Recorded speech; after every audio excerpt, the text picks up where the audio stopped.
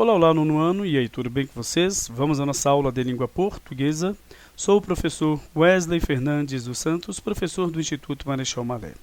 Bom, gente, estamos estudando pontuação, já estudamos muitos assuntos referentes à pontuação. Hoje nós vamos dar continuidade ao número 13 dos casos especiais do uso da vírgula. Beleza, temos aqui o número 13, ó.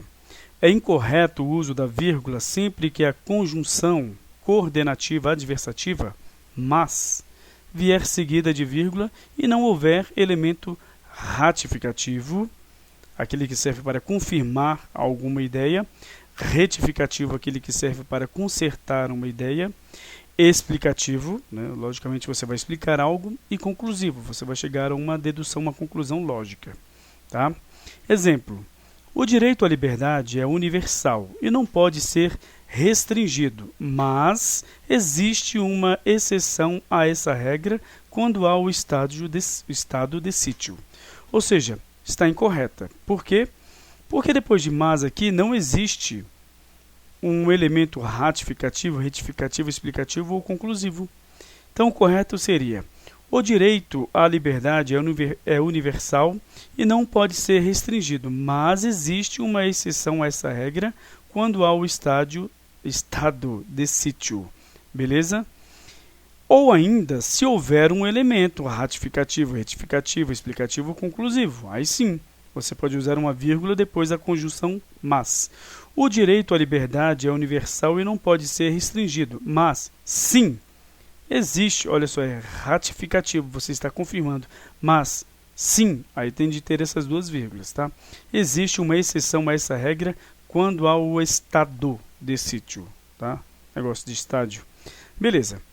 Então, 14, né? Acho que deu para entender. Qual é a questão, gente? A conjunção mas é adversativa. Sempre tem de haver vírgula antes dessa conjunção.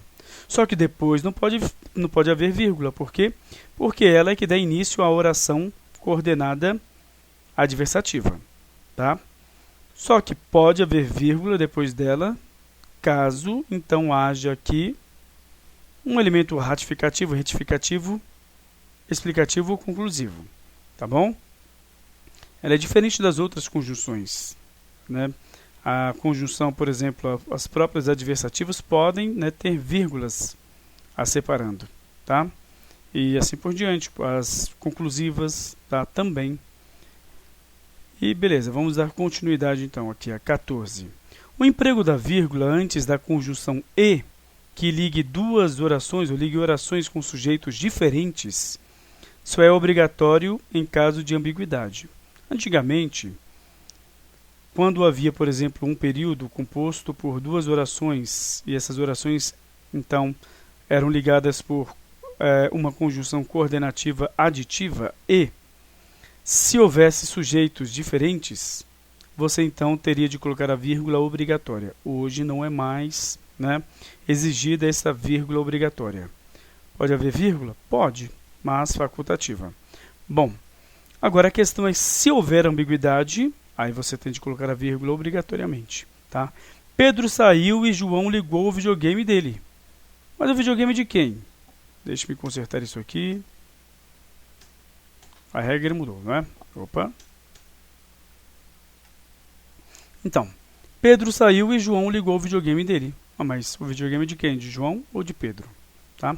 Então, nós temos que colocar a vírgula para que haja, então, no caso, retirada da ambiguidade, tá?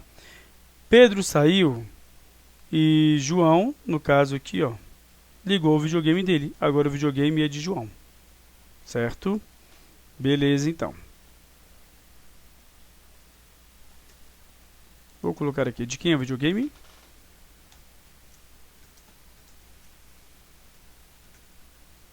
Só Deus sabe, tá? Resposta: não há como saber pela frase apresentada.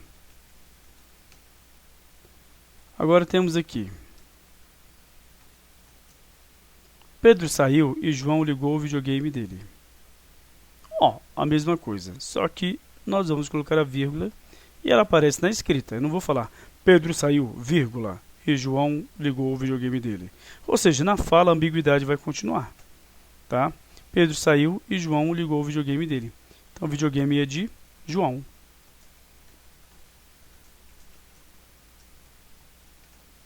Beleza? Então temos aqui na 15. É facultativo o uso da vírgula antes da conjunção aditiva e.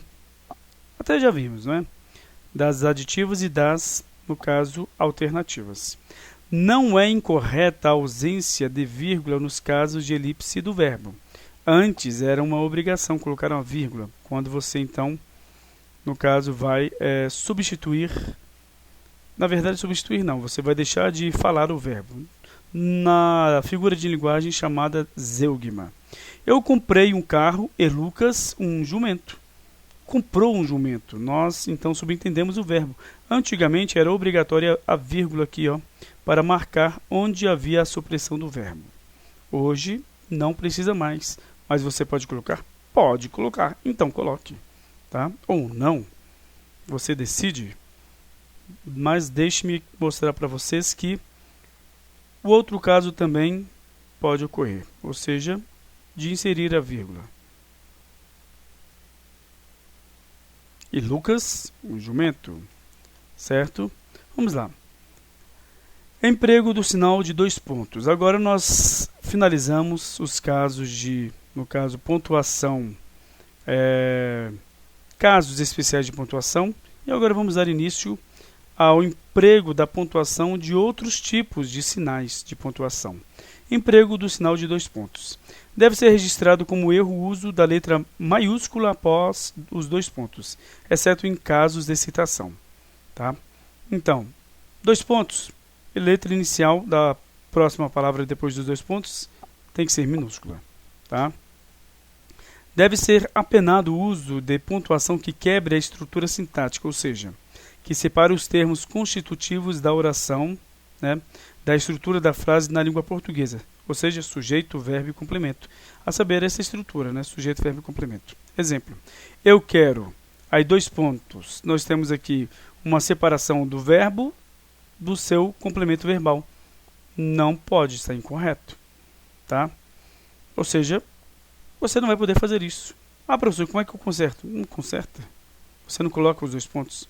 Eu quero arroz, feijão, macarrão e bife. Pronto, ponto final, é o correto. Beleza? Emprego das aspas. Deve ser registrada como erro a abertura das aspas sem fechamento, ou vice-versa. Tá? Você não abriu e você fecha. Vai fechar o que você não abriu? Então, beleza. Deve ser registrada como erro a ausência de marca formal, como aspas ou sublinhado em neologismos. O que são neologismos? Palavras que não são dicionarizadas.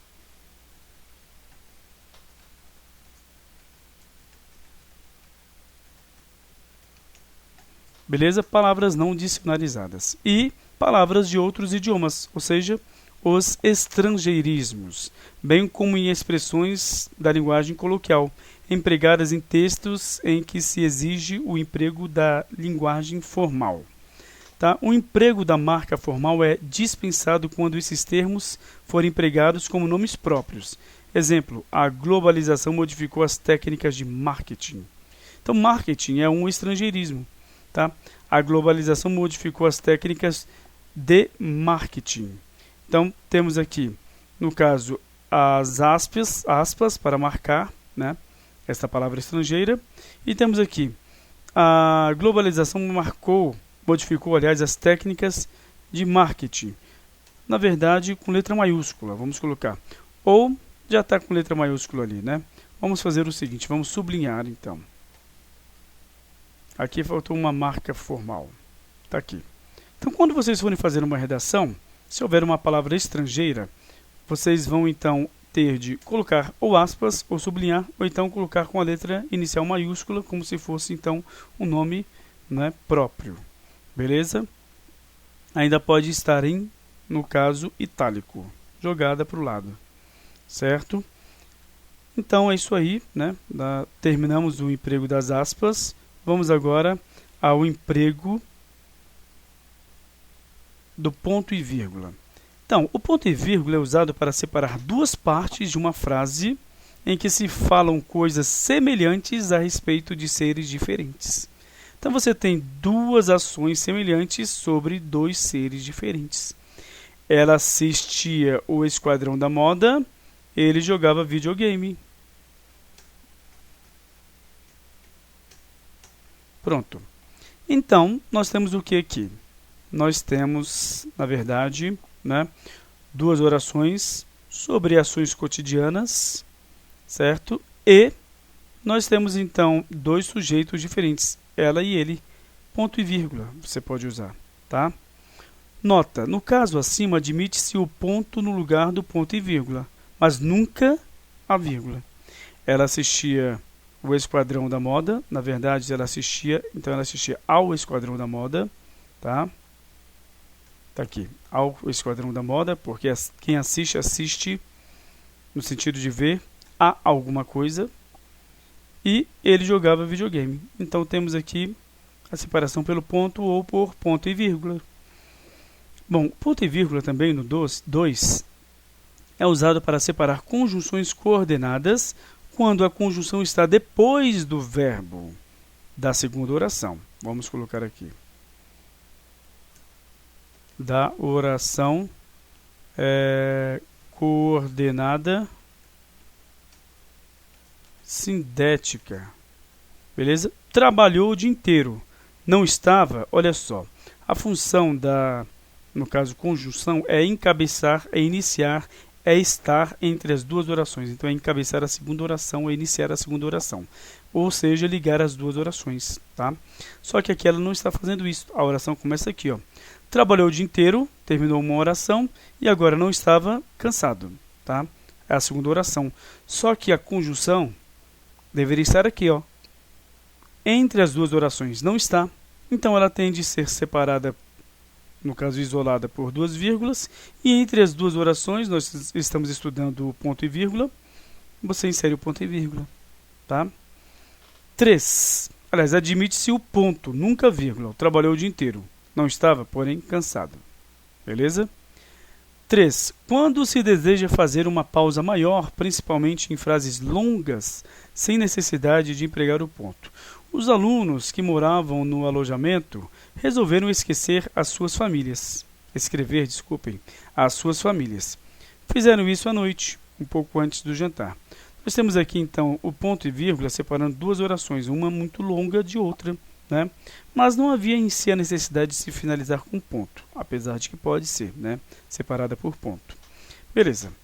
4. Ainda sobre o emprego do ponto e vírgula, para separar orações coordenadas adversativas ou conclusivas em substituição à vírgula, quando então se intensifica o valor das conjunções. Compareceu um número excessivo de candidatos, portanto, havia necessidade de um apoio logístico maior. E 5. Para separar os itens de uma enumeração. Nós temos uma enumeração, então para separar esses itens você vai usar o ponto e vírgula e logicamente a inicial minúscula. Mandaram para a fábrica os seguintes itens: papel branco, cola especial, cartuchos para impressora. Certo?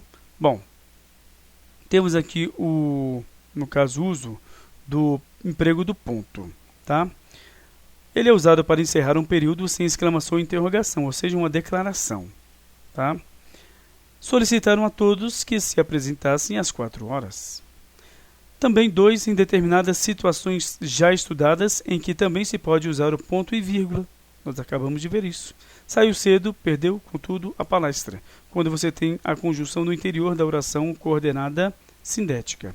Saiu cedo, ponto e vírgula, perdeu, vírgula, contudo, vírgula, a palestra. Tá? Pode ser com ponto ou ponto e vírgula. Beleza. Na maioria das abreviaturas, agora é um problema. A abreviatura, no caso, é uma parte da palavra que você usa, então, para referir-se à palavra por inteiro, mas economizando escrita, tempo. A página pode ser representada por P ou por PAG.